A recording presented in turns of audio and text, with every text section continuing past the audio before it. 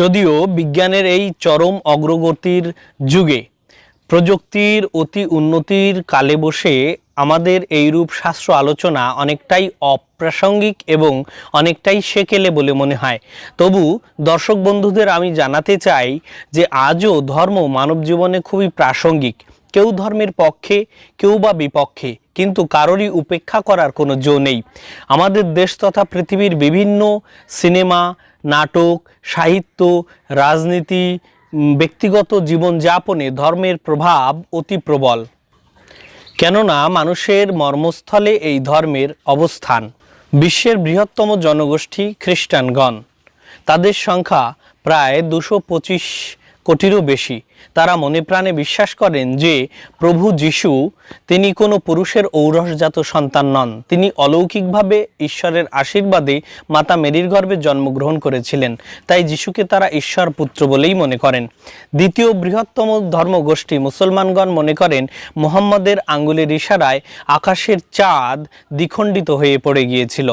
এছাড়াও তারা এও মনে করেন যে আকাশের 7টি স্তর ভেদ করে মুহাম্মদ আল্লাহর সঙ্গে দেখা করেছিলেন আরশে গিয়ে।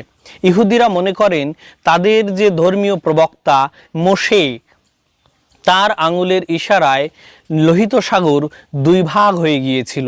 এরকমভাবে হিন্দু, বৌদ্ধ, জৈন, শিখ, শিন্টো, লাও, বন, দ্রুজ, বাহাই, ইয়াজিদি, জেরোস্ট্রিয়ান প্রভৃতি প্রায় সব ধর্মেই এরকম সুস্পষ্ট বিজ্ঞান বিরোধী কুসংস্কার আচ্ছন্ন ঘটনার বর্ণনা পাওয়া যায়, যা সেই সমস্ত ধর্মীয় গোষ্ঠীর মানুষজন মনে প্রাণে বিশ্বাস করেন। সেগুলি নিয়ে শ্রী জিতেন্দ্রীয় দাসের কোনো রকম কোনো মাথা ব্যথা নেই। তিনি পড়েছেন শ্রী তারকচন্দ্রকে নিয়ে, যিনি শ্রী শ্রী হরিলীলামৃত লিখে তার মধ্যে পৃথিবীর সমস্ত মানুষের ধর্মীয় অনুভূতিকে সম্মান জানিয়ে লিখেছেন মিলনের কথা। তার কলম সাক্ষী, তিনি লিখেছেন যে যাহারে ভক্তি করে সে তার ঈশ্বর, ভক্তিযোগে সেই তার স্বয়ং অবতার। প্রাচীন জ্যোতিষশাস্ত্র, বৃহৎ সংহিতা এবং সামুদ্রিক শাস্ত্র সহ ধর্মশাস্ত্র গ্রন্থে যে সমস্ত স্থানে ঈশ্বরের তথা পূর্ণ ভগবানের অঙ্গ লক্ষণ এবং তার কর্মের বিবরণ বর্ণনা করা আছে, তার সঙ্গে মিলিয়ে দেখলে দেখা যায় শ্রী শ্রী হরিচাঁদ ঠাকুরের দিব্য দেহ এবং তার কর্মের মধ্যে দিয়ে সেই সমস্ত লক্ষণ পরিপূর্ণতা লাভ করেছে। এক্ষেত্রে আমি বলবো চৈতন্য মহাপ্রভু সনাতনকে বলছেন যে অবতার নাহি কহে আমি অবতার, অবতার হলে আছে লক্ষণ তাহার। সেখানে তিনি অবতারের অঙ্কত্ব এবং গুণত্ব লক্ষণ প্রকাশ করছেন। ঠিক সেই লক্ষণের কথাই মৃত্যুঞ্জয় বিশ্বাস তার স্তোত্রাবলিতে এবং হরিচাঁদ ঠাকুর এবং শ্রী শ্রী শান্তি মাতার অঙ্গ লক্ষণ এবং কর্মের বিবরণের মাধ্যমে ফুটিয়ে তুলেছেন। 49 চিহ্ন এবং 32 লক্ষণ, যার দ্বারা হরিচাঁদ ঠাকুরের পূর্ণত্বের জ্যোতিষ ভিত্তিক প্রমাণ পাওয়া যায়। এছাড়াও তার দিব্য কর্ম, যা পরবর্তীকালে আমরা আলোচনা করব, এবং শাস্ত্রসম্মতভাবেই তিনি পূর্ণ ব্রহ্ম বলেই প্রতিষ্ঠিত। পূর্ণ ব্রহ্ম শ্রী শ্রী হরিচাঁদ ঠাকুরের আবির্ভাবে আবহমান কাল ধরে নিষ্পেষিত এক জনজাতির মধ্যে প্রাণ ফিরে আসে এবং তারা মানুষের মর্যাদায় উন্নীত হয়। এমনকি সত্যি কথা বলতে গেলে আমাদের আজকের এই বাগ্মিতা, আমাদের আজকের এই লেখনী, আমাদের আজকের এই সামাজিক, রাজনৈতিক, ধর্মীয় স্বাধীনতা এবং আমাদের সমস্ত প্রকার অধিকার তার অবদানেরই ফলশ্রুতি মাত্র। তার কৃপায় আজকের জীবনের প্রতিটা ক্ষেত্রে এই জনজাতি আজ সুপ্রতিষ্ঠিত এবং দিন দিন আরও অগ্রসরমান। চৈতন্য ভাগবত জানায় শ্রীহরি দাসের সঙ্গে এক দুষ্ট ব্রাহ্মণের বাদানুবাদে আপনারা পড়ে দেখতে পারেন।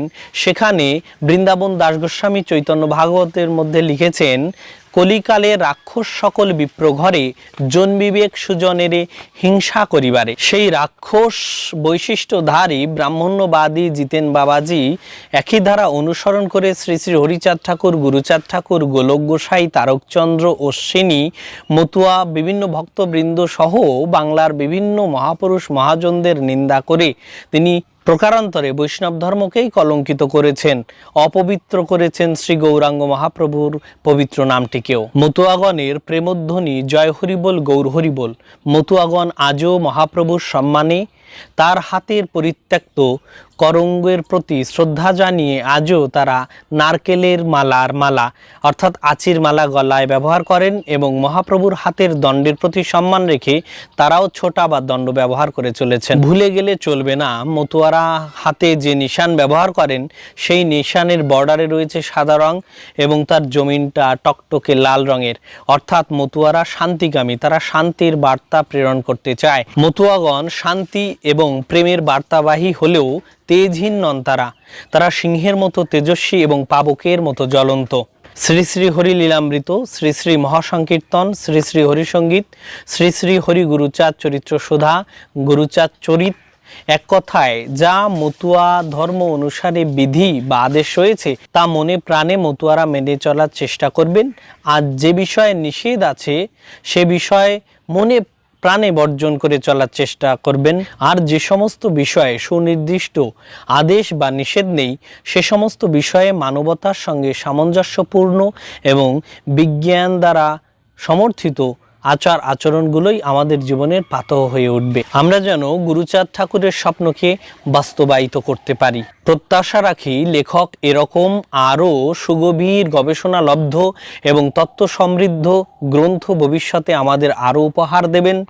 হরিগুরুচাঁদের বাণী এবং তাদের আদর্শকে পাথেয় করে মতুয়া সমাজ সহ নমশূদ্র তথা অন্যান্য পিছিয়ে পড়া জনজাতি জ্ঞান বিজ্ঞান শিক্ষার চর্চা করে তারা যেন জগৎ সভায় উজ্জ্বলতম অবস্থানে উন্নীত হতে পারেন। গুরুচাঁদ ঠাকুরের স্বপ্ন বাস্তবায়ন করাই যেন আমাদের জীবনের একমাত্র আশা, ভরসা, স্বপ্ন, সাধনা এবং উপাসনা বলে বিবেচিত হয়।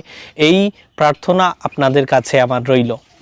দর্শক বন্ধুগণ, অবশ্যই বুঝতে পেরেছেন যে কোন অস্বস্তিকর এবং কঠিনতম পরিস্থিতি আমাদের এই আসল ভগবানের সন্ধানে গ্রন্থটি রচনা করতে বাধ্য করেছিল। আমি আবারও বলছি, এই গ্রন্থের কোনো শাস্ত্রীয় উদ্ধৃতি সম্বন্ধে যদি আপনাদের অবিশ্বাস থাকে তাহলে আমি সেই উদ্ধৃতি আপনাদের সামনে হাজির করতে বাধ্য থাকব। এছাড়াও যদি আপনাদের কোনো শাস্ত্র বিষয়ে আলোচনার ইচ্ছা থাকে, যদি কোনো রকম তর্ক করতে বিতর্ক করতে আপনারা আগ্রহী হন তাহলেও আপনাদের স্বাগত। গ্রন্থ অনুসারে যুক্তি অনুসারে প্রমাণ দাখিল করে আমরা সবসময় সত্য তুলে ধরতে প্রস্তুত আছি। সে জেন্দাবেস্তা হোক, বেদ হোক, বেদান্ত হোক, বেদাঙ্গ হোক, ধর্ম সাহিত্য হোক, ধর্মসূত্র হোক, গৃহ্য সাহিত্য হোক, সংহিতা সাহিত্য হোক, পুরাণ ইতিহাস হোক, তানাক হোক, তালমুদ হোক, বাইবেল হোক, কোরআন হোক, যে কোনো ধর্মগ্রন্থ বা যে কোনো ধর্মীয় সাহিত্য, ধর্মীয় দলিল দস্তাবেজ সম্বন্ধে আমরা আলোচনা করতে আগ্রহী এবং প্রস্তুত। আপনাদের সদা সর্বদাই স্বাগতম।